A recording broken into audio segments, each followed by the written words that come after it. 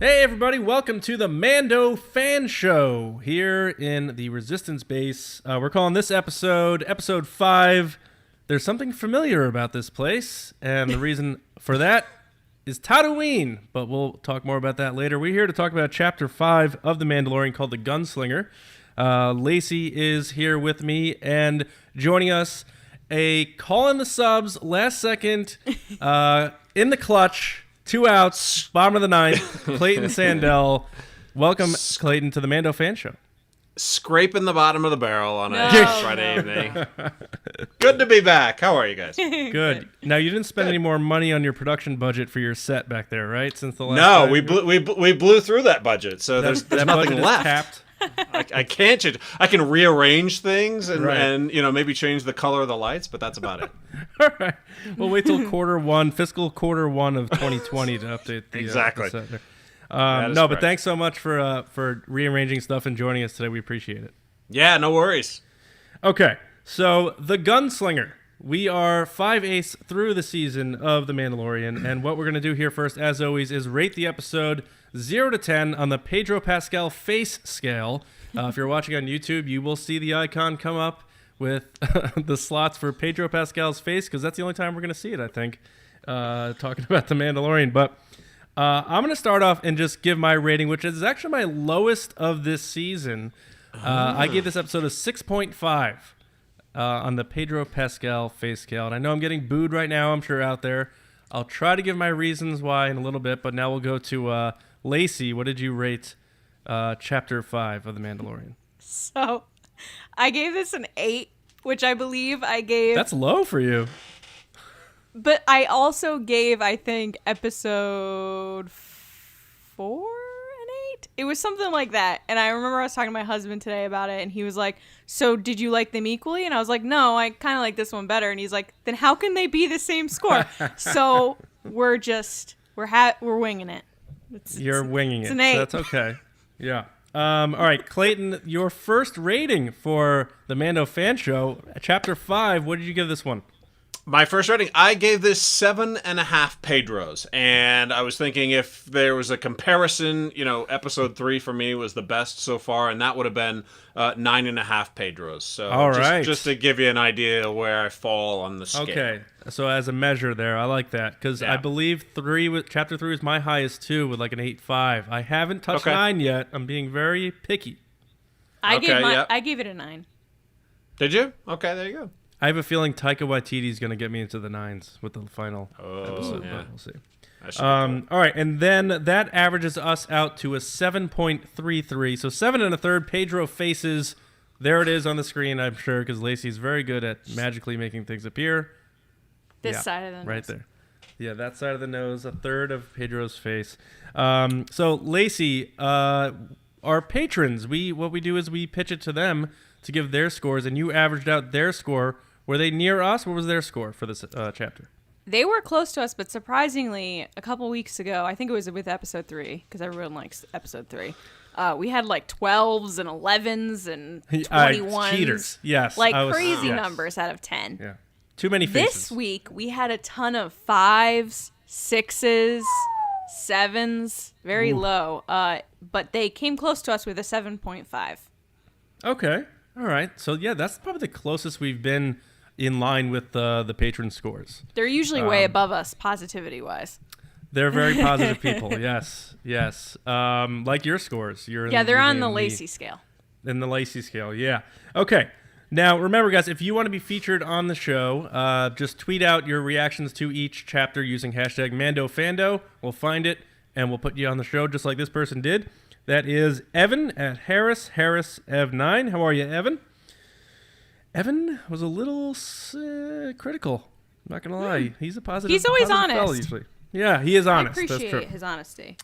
So Evan said, didn't enjoy this episode overall. Had its fun moments, and Fennec Shand was great, but the story and the characters weren't developed much. The tone felt off, and it was predictable yet again. For me, the 2 weakest episodes have come from Filoni. Yikes.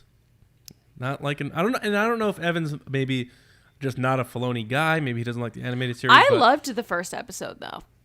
I liked it too. Yeah. Yeah, Clayton. So were you a fan out of the gate?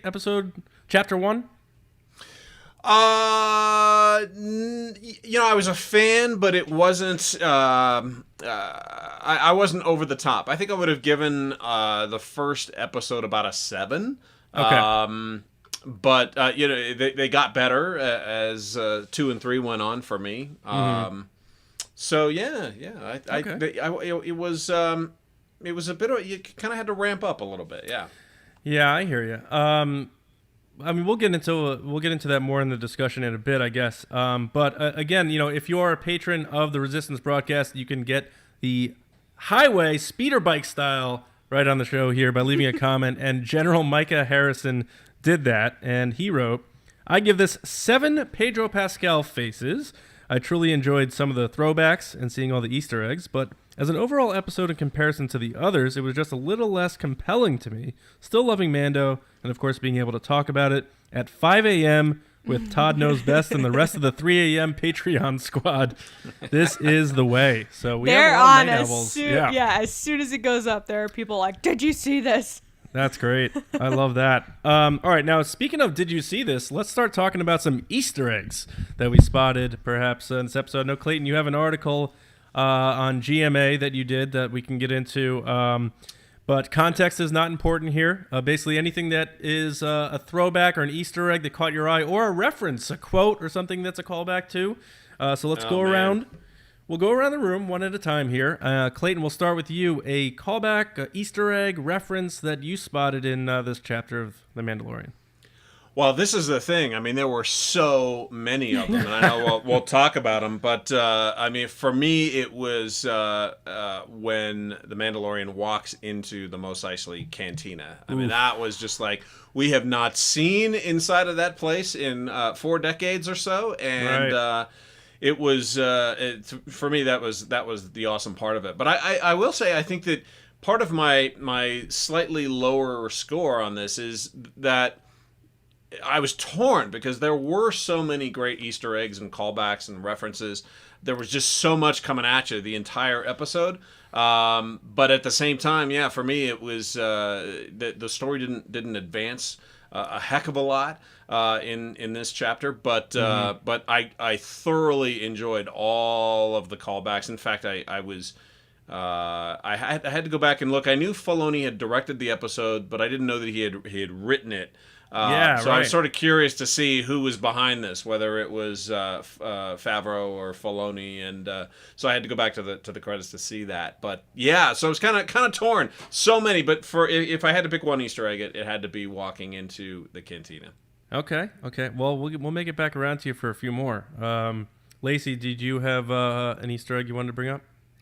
On the same kind of path, the droid that's the bartender in Mos Eisley is the one from Jabba's palace. Well, similar droid. And that's personally one of my favorite scenes in Return of the Jedi, where R2 starts like copping sass, and he's just like, "You're a feisty one. I've got a job for you." And then he makes him a bar. Yeah. He's serving drinks. Right. So like You'll that. soon learn some respect. Yeah. Yes, right. I saw him and I was like, "It's the feisty guy." I was like so excited. But also like, this isn't necessarily an Easter egg, but the bar being very empty was kind of like disarming for me. Yeah. I was like, "Oh my gosh, so empty." But then they say because the guild left, everybody probably left with it. Yeah, no music, right? You didn't hear the tonal nodes. I'm sure there's a canon explanation of where those guys went in some comic book, but Right. So it's been done in Star Wars before, but I have to say, in the beginning, right before the title came up, I pumped my fist at 6 a.m. because Maverick hit the brakes and he flew right by him, and he blew up that guy using the Top Gun, hit the brakes, the air brakes maneuver in space, which I know Luke had done in Endor, and I know it was done in Order 66 and that sort of thing, Revenge of the Sith. But to me, it's a Top Gun callback, and that's my headcanon. So I love that moment. He was about to get blown away. He's got little Yoda there with him, Tiny, whatever we want to call him. Hits it. The guy flies in front, locks him, blows him away. Loved it. Loved that part. It was good. How do we know Top Gun didn't get it from Return of the Jedi? Dun dun dun. That's a good question. I love that you said that, and then we're No, like, it's not. Yeah. We're gonna have to call Jerry Bruckheimer and be like, dude, what's Yeah. the deal? Jer. Clayton, get the connections. Get that guy on the horn. All right, Clayton, do you have a few more you want to point out? Well, yeah. So I liked how there were a lot of references from all aspects. Like you had original trilogy references, you had prequel references, you had even the Sabacc game was Yes. that Amy Sedaris' character is playing with the pit droids, who themselves are prequel reference. That Sabacc game from Solo. So it was cool how they kind of incorporated a lot of. They didn't just pick from one different. Right. Or from one area or one movie or one era. They kind of mixed them all together, which I thought was kind of fun. Just the fact that it was Tatooine was awesome. I mean, that shot, and I didn't mention this in the article, but I thought it. There is a shot as the ship is coming in over the planet, and there's even that sort of wispy cloud system that was in the original Ralph McQuarrie matte painting when they made the original film, which was so similar, and it was like a dead giveaway for Tatooine. It's like Right. it's like the red spot on Jupiter or whatever. Yeah. It just kind of reminded me of that. So just having the chance to go back to Tatooine, which we haven't really seen since the closing shots of Revenge of the Sith, right? I mean, it's been a while. right. Unless you're counting, of course, Star Tours. You get to go to Tatooine and Star Tours. Right. But it was cool because this is the, one of, if not the most iconic planet in all of the entire Star Wars galaxy. Tatooine, this is where it all began, right? So Yep. it was fun to go back there in that way, which was just awesome. And the docking bay looked exactly the same. It was laid out the same. It had the stairway where we saw R2 kind of hobbling down in the original film, and the style of numbers on the outside wall there was, Right. Oh, the man. attention to detail was fantastic. And so yeah, Tatooine, big one.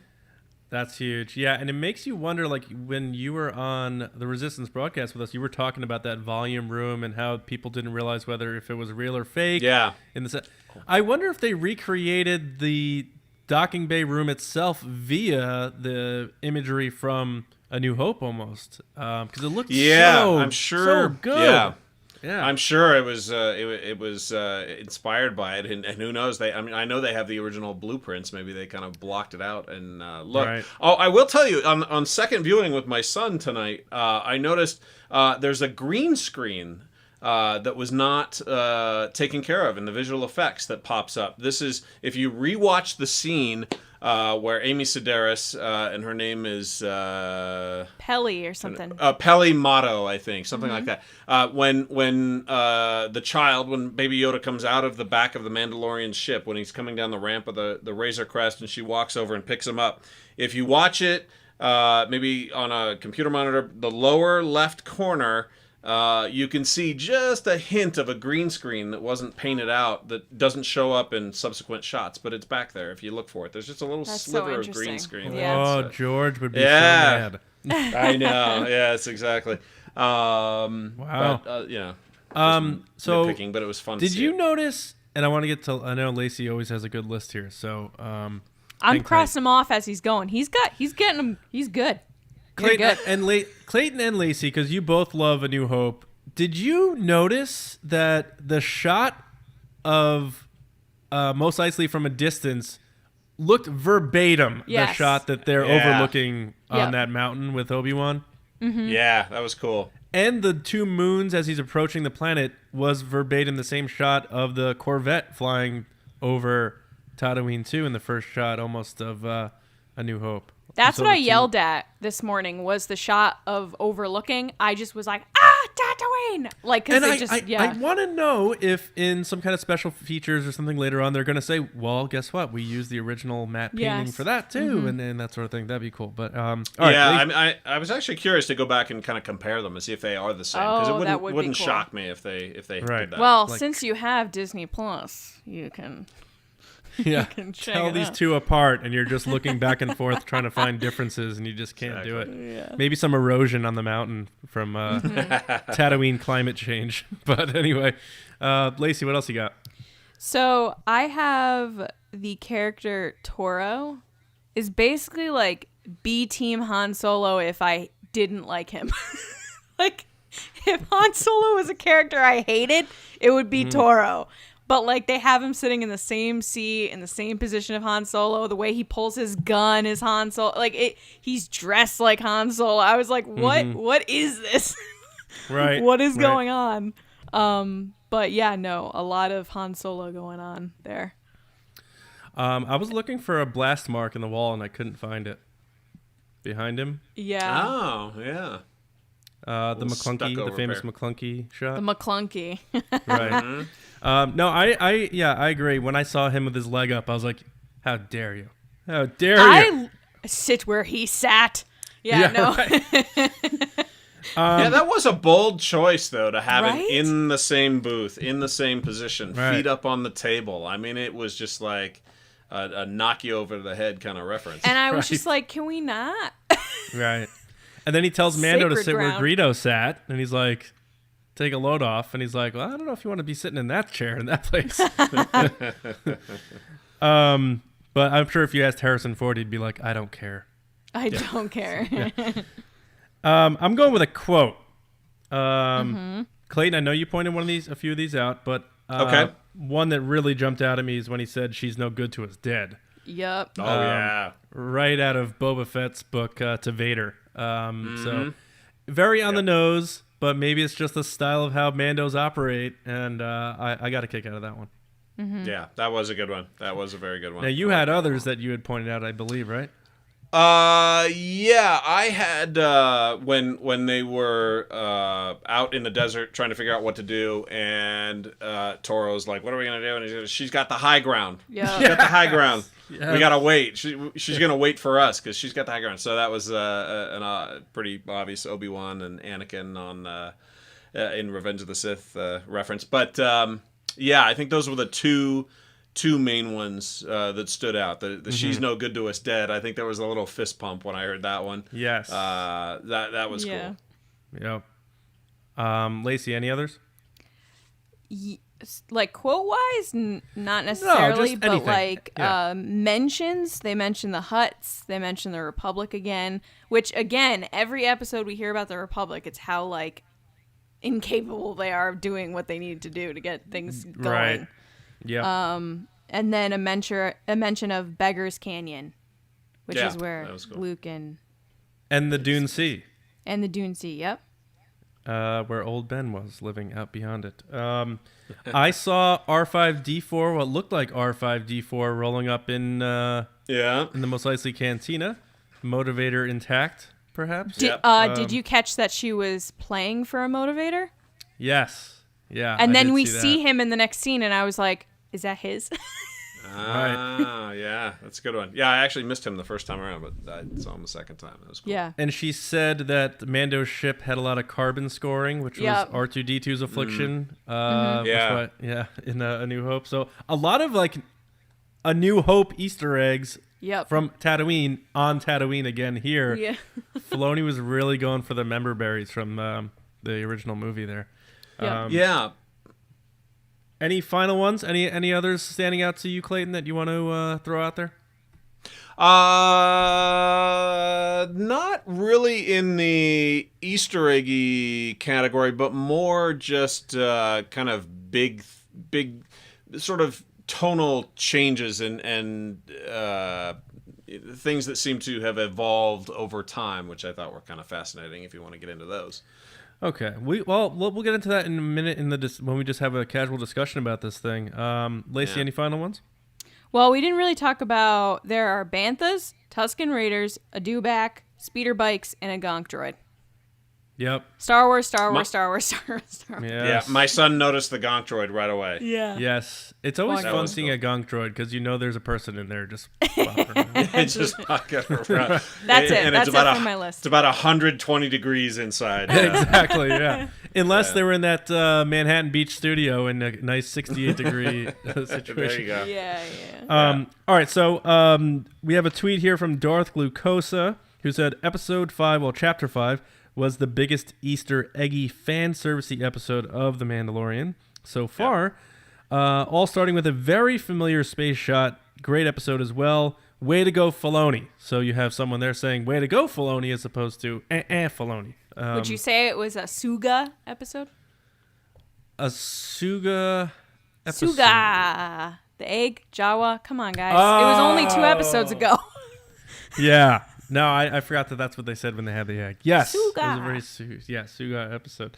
By the way, did you guys see someone posted that shot of C-3PO dumping the Jawa bodies onto the fire from A New Hope? Yes. I retweeted that with like the shocked face because R2's sitting there like, ooh, hoo, hoo. Right. Like he's warming his hands by the fire. Warming himself. Yeah. People are like, well, 3PO is really going to get into it in episode 9. Then they just show him dumping bodies onto fires in the very first Star Wars movie. Like, he's been there. He's seen a thing or two. Okay. So a spoiler breakdown of the episode. Let's have a chat about it in general. Like you're saying, stories, moments, and things like that. But to get warmed up, Clayton, did you have a favorite shot in this episode? Something that stood out to you that... I really enjoyed the opening sort of dogfight, chase, I guess it was, because it was sort of the first time that in a Star Wars series that we saw a battle, happening in the stars, which was fun. True. A lot of cool maneuvering, and the Razor Crest, that thing's got some moves. It does. It's kind of a clunky looking ship design as Star Wars ships go, but it was diving and twirling and doing all sorts of cool stuff. Nice. Yeah. I like that whole sequence, I think. Yeah. I'm just going to jump on and say I agree with you. From like moment 1 when people have been talking about, it's been the slow, too westerny and stuff, and then right out of the gate, it's the 2 speeders or starships blasting at each other and that sort of thing.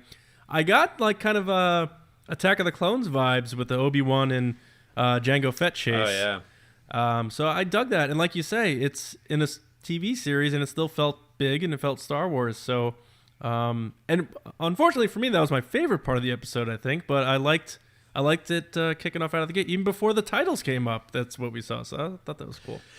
And they even had an Easter egg back to the first episode of The Mandalorian with the "That's my line."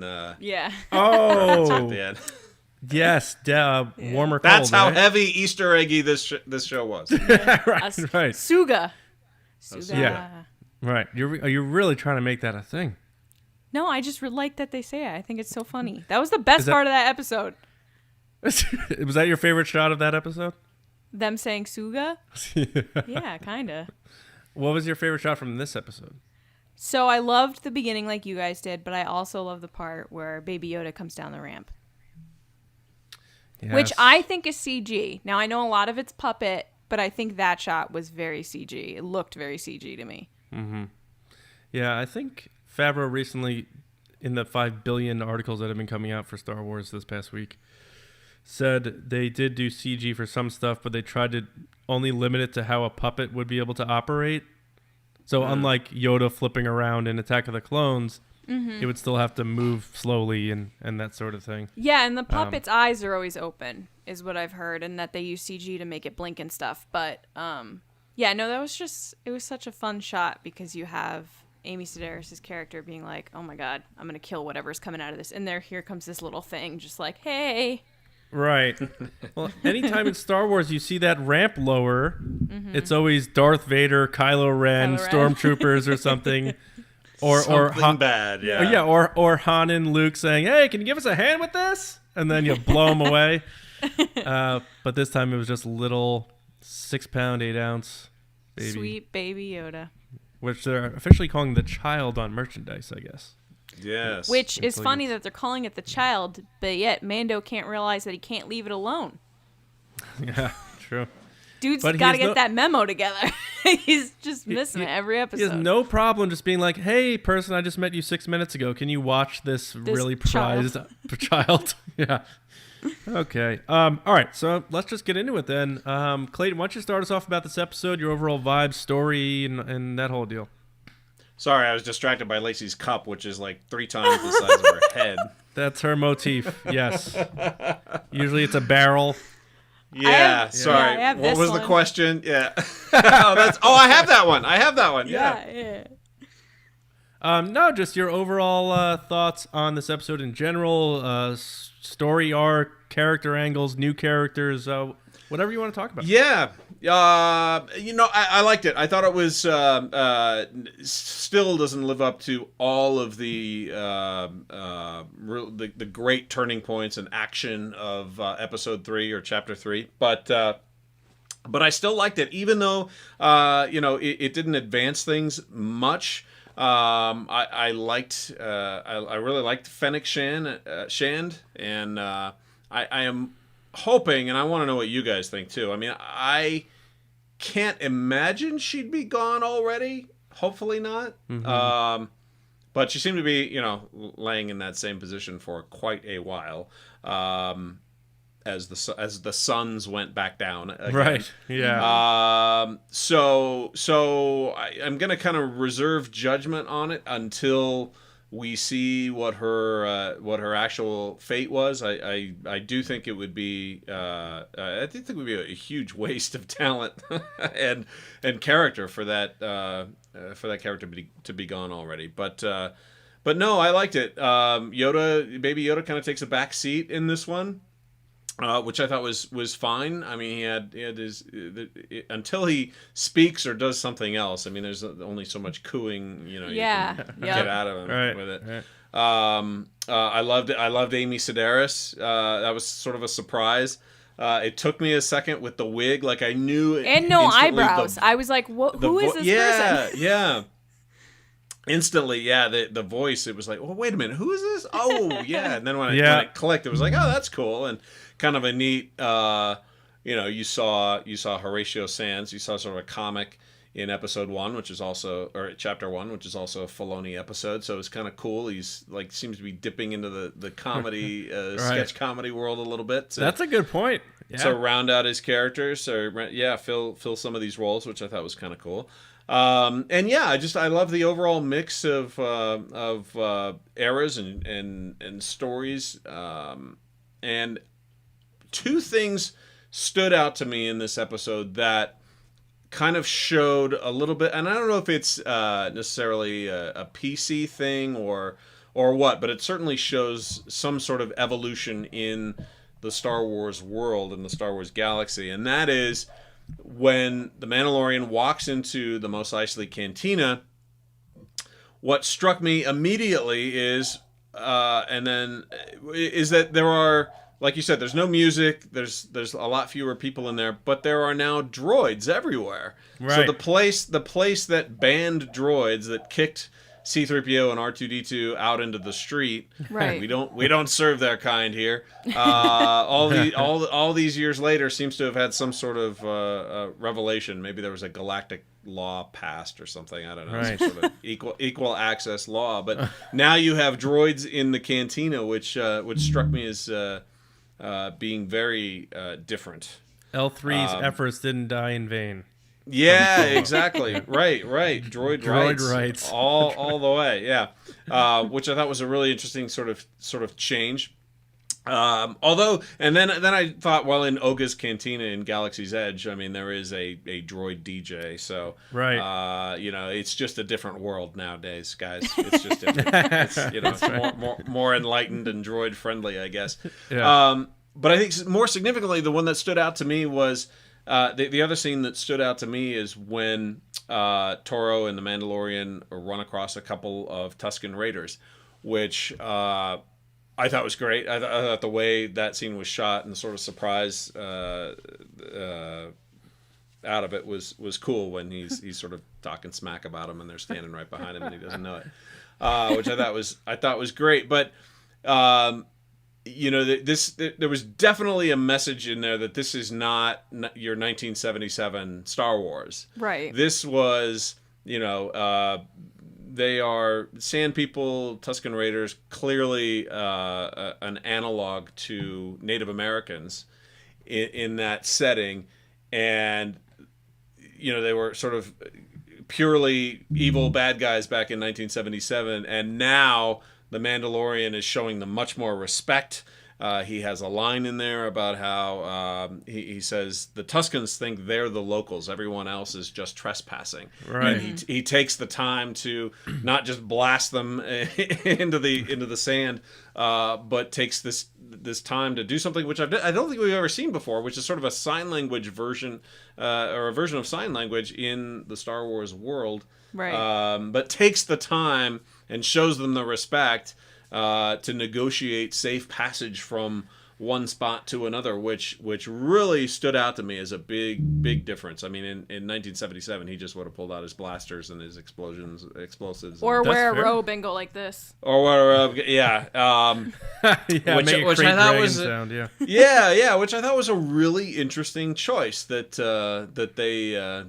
they went about it like that. But I suppose that's just a sign of the times. And a sign of theatrics from Sand People in that they stayed quiet enough right next to him for him to talk smack Right. instead of just immediately going Yeah, grabbing the stick and beating like- them into the sand. they're like, yeah. no, let's sneak up on him and really Yeah. stick it to him. Yeah.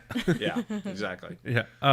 No, yeah, I agree. Lacey, you gave this thing an 8, so you dug it. What that's low on your scale, but overall It's thoughts low on the on my episode? scale. Yeah. Overall thoughts, I thought it was good. I really enjoyed all the references. I'm a huge A New Hope fan.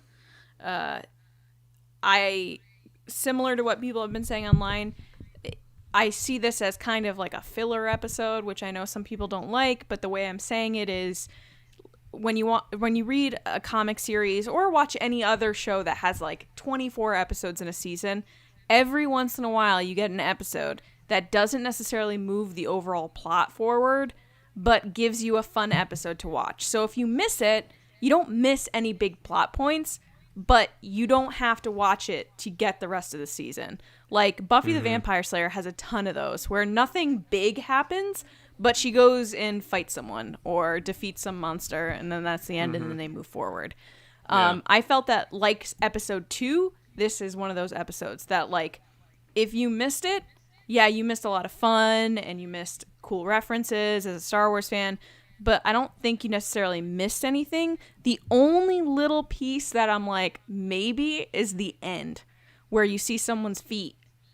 And I don't think that she's dead, Clayton. I think that if she was dead, they would have showed her face like they did with, like, Snoke, where his tongue's out of his mouth, like, Like, the fact that they have her facing... First of all, he shoots her super low. They never show the wound, and then they have her facing away from the camera, and they never show her face. And which he's is kind like, of a total noob, too. Right, but the other thing is, like, these little tips and tricks are things in movies that usually the person survives. If they're shot low in the stomach, if they're facing away from the camera, you don't actually see them bleed or anything. Like, they're usually fine. Right. Yeah. Yeah, Or I also thought I also thought that they've already done that gag with Grief Karga. Yes, they have. Getting blasted with the hit in the Beskar The Old bricks West, that he was carrying. But I wonder if all these people that he's wronged are gonna end up getting together by the end of the season to team up to kind of kill him. Yeah. Like, imagine if they all are like, "Oh, he shot you. He shot me too. Let's go get him." Like, Right. Yeah. Right. So I was thinking about this episode, and I've watched it twice now, and everything that stands out to me are like the Easter eggs and the nostalgia callbacks and all that sort of thing. And that's not enough for me to love an episode like long term. Like it's like going on a Disney ride and be like, "Oh yeah, I remember that. Oh yeah, that's cool." But then you're like, I'm not gonna go ride pirates again. Like, I know what's gonna happen. So But I like the music more. That's starting to grow on me a Yes. lot. loved the music. I'm like starting to like Clayton. You had said a few episodes ago when you were on with us that Yeah. you started humming it and you didn't realize Yeah. it. That's starting to happen to me too now. His main Yeah. theme, the dong, that whole thing. So I'm really starting to let the music meld in and not have it stick out in my head. So it's becoming part of the show, like melding in. That the episode itself, though, it's again, his ship is damaged. He needs to go make money to get it fixed. That's chapter 2. That's what happened. He had to go get the egg and get his parts back and fix his ship. The only difference is, the Ugnaught wasn't there to help him put it back together. It was Amy Sedaris' character. So yeah, it didn't do a lot. And I think what is concerning people is that it's only 8 episodes, and people are still very shocked that these are like 28, 29 minutes long. So we have 90 minutes left of The Mandalorian Season 1, and people really want to see something happen here. Like episode 3. Episode 3 was good from beginning to end, where you felt like you got something out of it. You left that episode being like, that was awesome. Yeah, I mean, we're 5/8 in, and we only have one Cara Dune episode. Grief Karga's been peppered in here and there. Werner Herzog had his spot. What's the deal with this Dr. Pershing guy? What's the purpose of Baby Yoda? I feel like we're getting to the end real quick here. So I wonder if these next 3 episodes are going to be like a loaded trilogy to back end the season or what. I'll wait to find out. But this episode they'll each be 3 hours long. Yes. Hey, let's do it. Yeah, we'll take it. Yeah. We'll take it. But yeah, it left me a little flat, and I'm not a directing expert, but I feel like some of Filoni's shooting was a little like wobbly and almost like a person's point of view in a weird sort of way. Shaky cam when the 3 of them were kind of fighting in the darkness there. But that end shot, the cliffhanger, I try to put my brightness up, and you see boots, you see a cape, you see a gun holster. Like, is that Giancarlo Esposito's character finally? Is that another Mandalorian?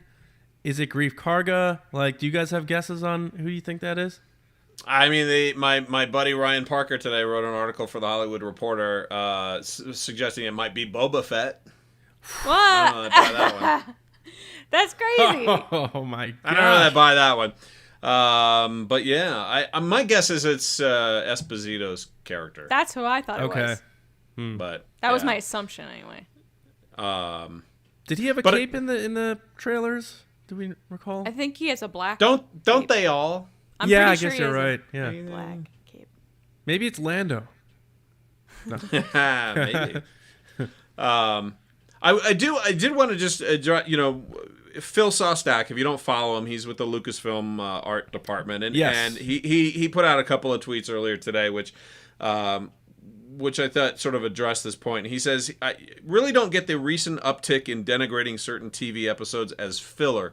Not every chapter of a story needs to advance the overarching plot, and quieter episodes which enrich your understanding and love of the characters and worlds make the louder ones, he says, that much more impactful. And I think he has a point. Sure, absolutely. Yeah. I agree with that. I just don't... I'm trying to think of what happened in this episode for the Mandalorian himself that made me look at him differently. Yeah. But I agree. It's a nitpick. Again, we're talking about... however many hours of news, 4 hours of new Star Wars content we're getting here. It's not all going to be high octane action packed. We're going to need, to kind of go up and down with ebbs and flows, I guess. So, I mean, yeah, I gave it a 6.5, but I still really enjoyed it. It's still Star Wars to me. So it's a 6.5 in Star Wars, which if I put it up against something else, it'd be up here. So. I just had a thought, on the Western trope theme. It occurred to me that the relationship with between the Mandalorian and Toro sort of reminded me of that Clint Eastwood movie Unforgiven, where he was sort of the gruffle, and then he had the other the young gunslinger, and it's been forever since I've seen that movie, but who talked a tough talk, but couldn't see, right? Wasn't that the plot of that film? Like he had vision problems, so he couldn't shoot straight. Right. And the Clint Eastwood character kind of had to take him under his wing and show him what was what. But that's kind of what that relationship reminded me of. Right. Yeah, I feel like each episode they're kind of doing some kind of throwback to a certain movie or series or something like that. I'm actually looking up Unforgiven right now. 96% on Rotten Tomatoes for Unforgiven, so check that out if you haven't yet. Yeah. But how many Pedros? Yeah, right. That'd be 9.5 Pedros, which would be Pedros. low on Lacey's scale, but still good. Still good. I've really messed up my scale starting with episode 1. I was just really excited for it to be a Star Wars TV show. Maybe season 2 I'll be more realistic. You're gonna come out of the gate giving it 5s in season 2 just to start. Yeah. Start low. All right. So one of our patrons, Chris, said, "Can you please answer this question on the show?" And he brings up a good point. So I want to see what your guys' take is on this. He said, "Do we think that Baby Yoda will speak like Yoda, or will he speak basic like the Mandalorian because of phonetics, syntax, and semantics of the culture he's now being raised in?" That's a tough one because we don't know what he's been exposed to the previous 50 years of his life. Right. So yeah, that's a really really good. Honestly, I think it could go either way, but it would be kind of it'd be kind of cute to hear him speak in that weird backwards Yoda kind of way. Backwards talk, you know. Right. Lacey, what do you think? I'm going to say the Yoda way because that's what I want. Yeah, That's what seems to make fair. sense. Yeah, sure. Yeah. And Clayton, we on the podcast we've talked about this, and I want to see what you think. Some people are thinking he may be playing a little possum here, and he may be a bit more advanced than he's leading on, and he's kind of testing the Mandalorian a little bit like Yoda did at the beginning of their interaction in Empire, like flipping the switches, testing his patience, and that sort of thing. Do you think anything's there? Or do you think we're just looking at what we see? Interesting. Yeah, well, he did seem to move and get out of the way fairly quickly in that final shootout there back in Docking Bay 35. Like, I thought it was an interesting kind of, they made a point to like, well, where did he go? And he's like, yeah, and he had made a run for it to protect himself, which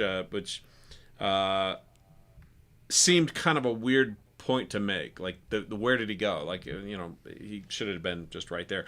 So possibly, yeah, maybe he's got some skills that we just don't know about yet. All right, very good.